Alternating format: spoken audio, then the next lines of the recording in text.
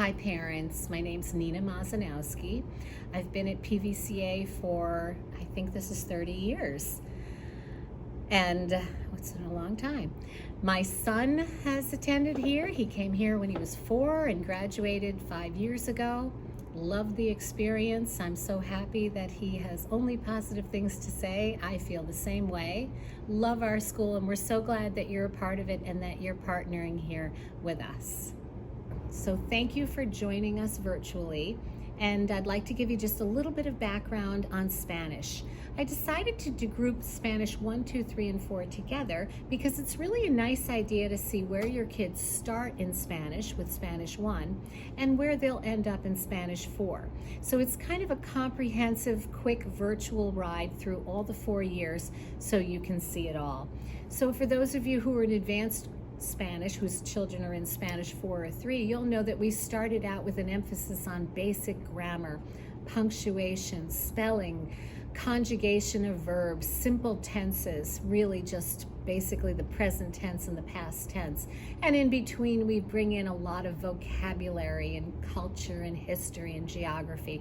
A really great intro, which hopefully gets your kids excited enough to stay on for Spanish 2 and 3. If you're students in 2 or 3, you're realizing that this year we're starting with the more advanced grammatical pieces. And here are the grammar constructions that even in English, a lot of people aren't really sure what they are. They know how to use them, but they don't know the names of them. So we really go deep in Spanish with them, which is great because it helps the kids with their English grammar as well. That's kind of why it's a great idea to keep your kids in Spanish as long as possible. It helps with PSATs, SATs, and it really just helps with their understanding overall of grammar. Finally, when they're done with 2 and 3, and there's always more vocabulary and all kinds of interesting little additions, we go on to Spanish 4. This is probably the most challenging year because we put all the grammar together and we do what's called the subjunctive tense. Now in English, most people don't even know what that is, and that's just fine.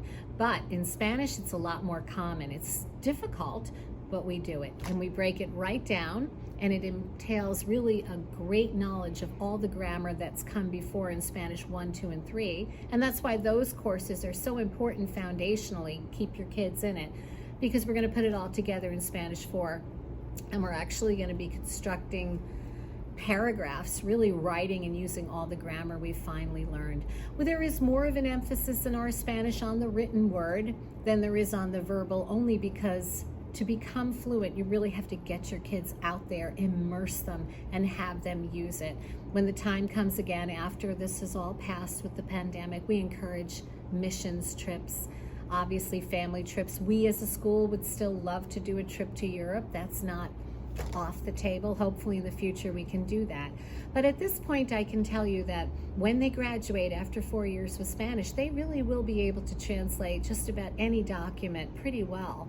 They'll be able to do a good rough translation for you. And almost all of them, if not all, have passed their placement exams for Spanish. So when they get to college, if they decide that they've had enough, they can pass, get the credit, and then they're exempt from having to take it, which is great. We encourage them to keep going, of course, which is great, but then they'll have a choice. So whichever level your student is at, you see the importance of the level that came before and how we continue to build, and we get them to the point when they graduate where they're quite proficient in the language. Thanks for your support. We miss you. Hopefully we see you soon. If you have any questions, please email me nmoz@pvcama.org. We'd love to hear from you. Have a great night.